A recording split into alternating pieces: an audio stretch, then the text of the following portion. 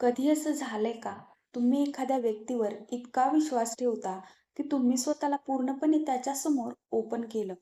तुमचे सिक्रेट्स, तुमचे फिअर्स, तुमचे कमजोर मोमेंट्स, सगळं काही. कारण तुम्हाला वाटलं, हा माणूस वेगळा आहे. हा मला कधी सोडून जाणार नाही.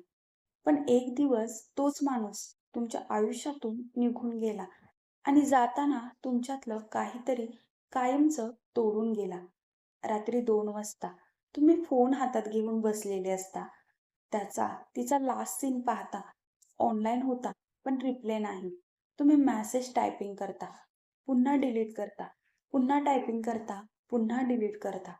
कारण इगो नाही, भीती असते. मीच जास्त अटॅच झालोय का? मीच जास्त एक्सेप्ट केलं का? धोका दिला जातो तेव्हा आपण मोठ्याने रडत नाही. आपण शांत होतो, खूप शांत.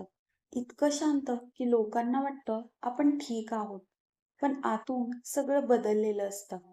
जिथे आधी ट्रस्ट होता, तिथे आता डब्ट येतो. जिथे आधी कम्फर्ट होता, तिथे आता एम्प्टीनेस येतो. तुम्ही आता कोणालाच काही सांगत नाही. कारण लोक विचारतात काय झालं आणि तुमच्याकडे आन्सर नसतो. फक्त एक फीलिंग असते जी एक्सप्लेन होत नाही. आपण ट्रस्ट का करतो?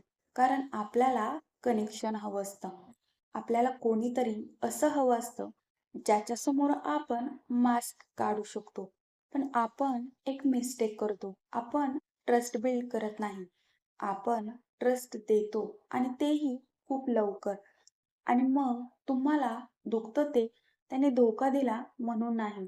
तुम्हाला दुखतं कारण तुम्ही स्वतःलाच विचारता, मी इतका स्टुपिड कसा झालो? मी इतका ब्लाइंड का होतो? मी सिग्नल का इग्नोर केले? कधी-कधी लोक आपल्याला धोका देत नाही. ते फक्त त्यांच्या गरजेनुसार वागतात.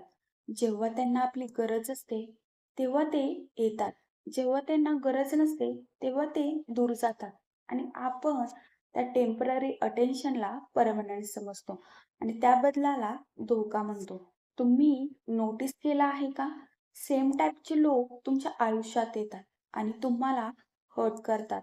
हा कोइन्सिडन्स नाही. हा पॅटर्न आहे.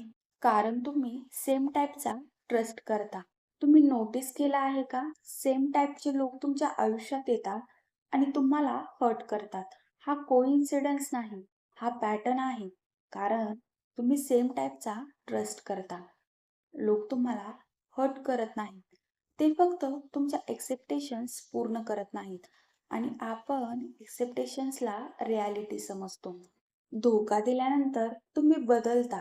तुम्ही कमी बोलता, कमी ट्रस्ट करता, तुम्ही डिस्टन्स ठेवता. कारण तुम्हाला पुन्हा तुटायचं नसतं. ज्यांना आपण सगळ्यात जास्त व्हॅल्यू देतो, तेच आपल्याला सगळ्यात कमी व्हॅल्यू देतात. पण सगळेच लोक सारखे नसतात आणि सगळ्यांपासून दूर जाणं हा सोल्युशन नाही. तुम्हाला ट्रस्ट करावाच लागेल. पण यावेळी ब्लाइंडली नाही, कॉन्शियसली. जर कोणी तुमचा विश्वास तोडला असेल, तर लक्षात ठेवा, तुम्ही चुकीचे नव्हता. तुम्ही फक्त खरं मन दिलं आणि तेही चुकीच्या व्यक्तीला दिलं. आणि कधी-कधी तुम्ही बदललात कारण लोक वाईट होते म्हणून नाही. खरं कारण म्हणजे तुम्ही खूप चांगले होता.